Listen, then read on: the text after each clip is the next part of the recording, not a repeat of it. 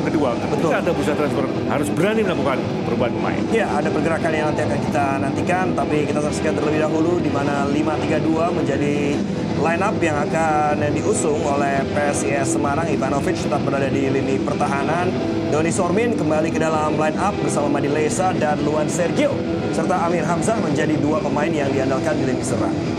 Ya, perubahan signifikan seperti yang kita bahas tadi, 5 pemain sekaligus. Ada Doni Ibrahim, kemudian Madi Lesa, Iman Budi, Amir Hamzah, dan Prasasti atau Habil Abdillah mencoba diturunkan sebagai starter liga kali ini. Kita tahu 3 dari 5 nama ini pemain yang memiliki tipikal bertahan lebih kuat. Artinya pelatih sementara Ega Ragagale mencoba bermain lebih defensif karena mereka tahu yang dihadapi adalah tim dengan status pemuncak klasemen sementara di Pegadaian Championship Grup 2 yang mereka juga terbilang sebagai tim yang paling produktif, punya lini belakang cukup bagus. Bahkan kalau kita melihat attackingnya, mereka bisa menjadi tim yang sejauh ini hanya bersaing dengan Barito Putra. Betul.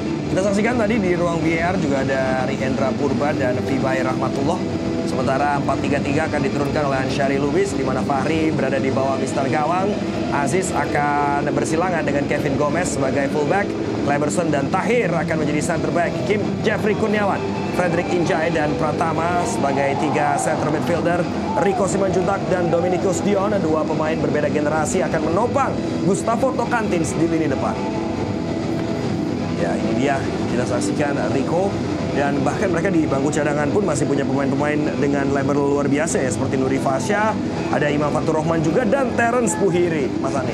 Ya, memang kalau kita melihat target dari manajemen PSS Sleman, kita berharap tahun ini bisa kembali promosi musim ini setidaknya, dan kita lihat bagaimana materi pemain pun tidak berbeda jauh kalau kita bandingkan dengan musim lalu. Kita lihat bagaimana Rico sebagai senior, sebagai pemain paling menentukan, sengaja memberi semacam motivasi atau bagaimana cara bermain. Membakar ya. Betul. Karena kita melihat bagaimana kualitas Rico masih sama, kecepatan dia, penempatan posisi, bahkan ketika harus membantu tim harus defense, dia bisa menjadi pemain pertama sebagai tembok sebelum bola lewat di lapangan tengah.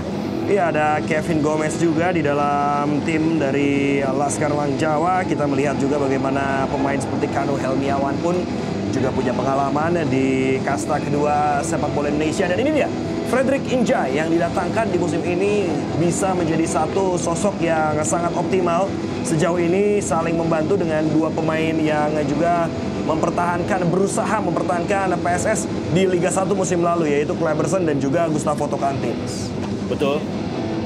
Dan jangan lupakan juga di belakang juga masih ada bangku cadangan ya. Bagaimana ada Fahrudin yang memiliki pengalaman cukup bagus bahkan sebelum di Sleman, ketika bagaimana di Madura menjadi sangat menentukan dengan duetnya bersama Cleberson. Tapi sayang di musim lalu harus dibekap cedera lutut dan sekarang sudah mulai pulih meskipun belum diturunkan sebagai starter. Yoko Suprianto, wasit yang akan memimpin jalannya pertandingan, akan saat lagi meniupkan peluit tanda dimulainya pertandingan. Dan di tengah sepinya Stadion Jatidiri, ini akan menjadi tantangan lainnya bagi tim tuan rumah PSIS Semarang untuk mengarungi putaran pertama dari Pegadaian Championship yang tentu akan begitu menantang bagi semua komponen tim dari PSIS Semarang untuk mencoba memberikan yang terbaik hingga putaran pertama nanti. Dan kick off babak yang pertama sudah dilakukan bersama Malik Wildan dan juga Hanif Marjuni di sini.